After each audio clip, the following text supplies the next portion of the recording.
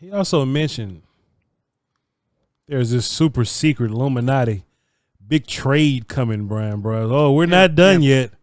Oh, we not done. We still looking to trade, man. We having talks about it right now. I ain't picking up the phone. Yeah. Shit, but we talking about it right now. Bryan, what? Even if you do know, just lie to me and tell me after the show. You have a general idea of what position that might be for? Like what we're looking for here? My gang of 7 told me these are the guys. Jerry started to talk about significant.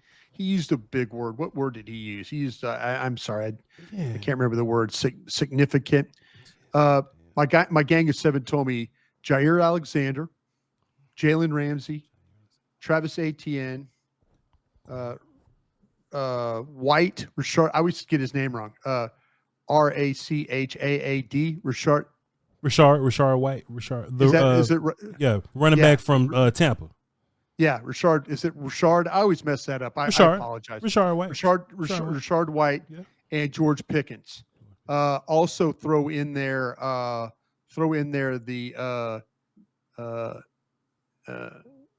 wide receiver from Detroit, Jamison Williams. Those are the names. Those are the names that are being thrown around league circles right now. So I asked, I said, hey, my guys, I said, give me some names that Jerry Jones might. My guy said, these would be potential fits for the Cowboys. And so those were the names that I got.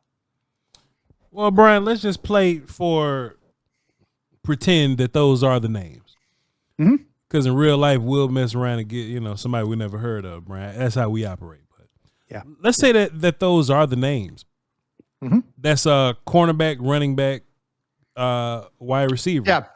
Yeah. Two cornerbacks, 2 running backs, and 2 wide receivers. It checks out a little bit because that's kind of what Yeah. And I was hearing from my guys that if you were to throw Detroit a 3rd-round pick, you could get Williams, the receiver. Now, this is where you have to operate here. This is how you got to think about things. If you say you did take your corner and your runner at 12 and 44, and you flip 76 for either one of those receivers. Mm-hmm.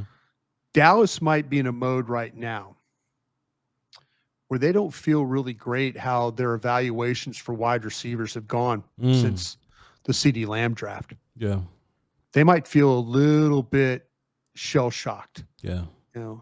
But they've tried, they've tried with Tolbert and they've tried with Flournoy. I mean, people are going to say, well, damn, Bryan, it's a 6th-round pick. It's they threw a 4th-round pick at Mingo.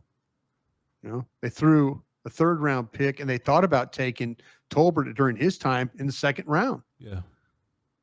I wonder if Dallas is getting a little shell-shocked about, do we need to get a wide receiver that is ready-made to go right now? I would actually love that to pieces, Bryan Broaddus, because in my mind, even if you draft a wide receiver, even if you draft him in the 1st round, I want that receiver to be the 3rd receiver. When you drafted Lamb, Michael Gallup was like a 1,200-yard receiver. You know what I mean? And then, Cooper was the guy. And Lamb just had to come in, kick it, and figure it all out. Even if you do draft a receiver, there shouldn't be a world of pressure on his shoulders to have to come in and be wide receiver too. That's promising news, Bryan. And I imagine that, this will get louder closer to the draft when all those picks are most valuable. Do you is there let me ask you this as a ex-draft running scout, picker, trader. What you call them people? Not a scout, but what you call it when you run the whole thing? Like, is that a GM, Bryan? Well, I was director of football operations. I was director of player personnel for the Eagles when I ran the draft. Don DeMarco. Nah, that's what I was going to hit on you. You was the what, Bryan, right? You shook your head. You said you was the what, Bryan? I was director of player personnel because they fired the director of football operations. So I had to, myself and Mike Lombardi did the draft. But yeah, it was. But yeah, your question. You just ask how big of a difference is it? A trade prior to the draft and a trade where we on the clock. Yeah. Now let's talk about this thing. Like, do you think teams get a little more urgent? Please knock this out. Please go ahead. Yeah, this was when I was cue the music for a second, please. Oh hell yeah, the violin. Cue the music. Yeah, cue the music. Mike Lombardi came into my office. My cousin. Mike Lombardi, who's the general manager at North Carolina right now, doing a great job with Bill Belichick. Mike came into my office and he says, "Hey, how's the draft going? Or how's the board stacking going?" I'm going, it's going fine. We're getting this thing together. He goes, "Come on, let's walk around there. I want to take a look at something." I said, "Okay." So I went with him, and he said the board. He goes, "Is there anybody on your board that you like better than and he goes, "I'm about to give you a guy." And I said, "No, who do you got?" And I go, "Second round?" He goes, "Yeah, second round." He goes, "I have a chance to trade for Hugh Douglas from the Jets." He goes, "Parcells called and they want to move on from Hugh Douglas." And I said, "So all they want is a second round pick?" And he said, "Yeah." And I said, "Well, I don't think I got anybody on that board. I don't think I have anybody on my board from Philadelphia, 1998. I don't think I had anybody on my board at the time that was better than Hugh Douglas." And Michael said, "We cool making that trade then?" I said, "Yeah, man. If you feel like we can get," he goes, I really do like Hugh Douglas. I think he could really help us." I think Hugh Douglas went on to have a really nice career in Philadelphia. I mean, the Jets, he had his moments, but not like he did in Philadelphia. And so we made the trade. That was before the draft. That wasn't on the clock. That was Parcells was going to dinner, and he said, "Listen, when I get back from dinner, tell me you want to do this trade or not." And Michael called him back and said, "Yeah, we'll send our two to you, and we'll take Hugh Douglas." So Jeremiah Trotter, Trey Thomas, second round pick went for Hugh Douglas, took Jeremiah Trotter in the third. We built a little momentum that way, but that trade was made pre-draft, like a couple of days before the draft. Sure. Not on the clock. Yeah. So I would like to think that you would try and make these trades on before the actual draft. So you kind of know how you have to navigate the picks that you potentially lost. Those young receivers are really interesting. All the names kind of jump out to me. I don't think Ramsey's going to be a name that we deal with. Yeah. Alexander's, I don't think that's been banged up. Yeah, I don't think. Yeah. I think the young receivers and the young running backs make a little bit of sense. I think ETN will be a little cheaper than White maybe. I would love to take Trevor Etienne. Of course you do. You want to take his brother, cousin, uncle? I would rather take the brother who's currently at Georgia than trading for this one. But yeah. How that sounds though, Brian, is these running backs aren't like knockout names. So in my mind, what that means is you'll take those guys and maybe pair them with a day 3 guy. So maybe this goes back to that theory of, all right, well, maybe we don't draft running back in those first 3 picks because we're banking on one of these guys maybe.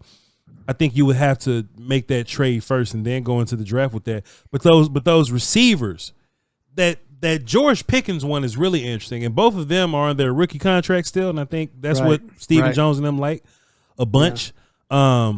Him and Jameson Williams, they're better than any non-CeeDee Lamb wide receiver you got right now, and every wide receiver not named McMillan on this board, according to what you just told cousin Lombardi there. I would love to have some news soon on that, Bryan Broaddus.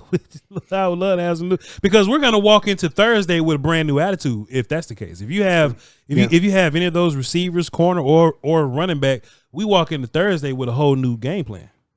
Right. I think especially at receiver, you have a different game plan, and maybe even if somehow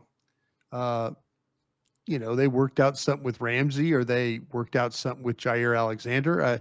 you say these players they're on the market for reasons, Mhm. and maybe you can get Chris Greer to take on some of Ramsey's salary, Yeah. like he did with Gilmore and he did with Cook. So you give them a pick, they take on salary, you kind of get the player for what, and then you give that player a fresh start.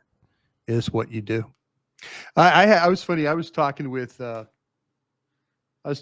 guys this morning, and I thought it was really interesting. Some guys were talking about Hill from the Dolphins and why they would like, damn, I would is Isaiah Stanback. Yeah. Is before Isaiah was harassing me checking in, the check-in station. Yeah. And Isaiah was giving it the, hey, don't let this guy in kind of a thing. And but he and I were talking, and he's like, hey, I don't know why people are not talking about getting Hill from the Dolphins.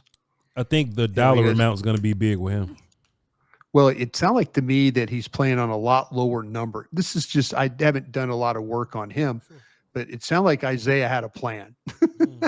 Isaiah's like, he's been really thinking about this. Okay.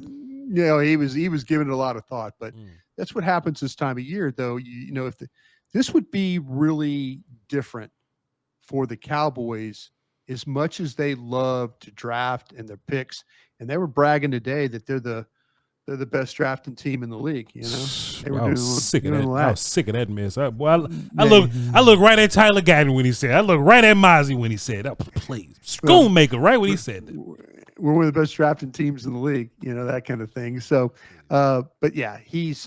This would be unusual if Dallas were to move a couple of picks. Now we've seen it but not to the level of like 2 days before the draft, that kind of thing.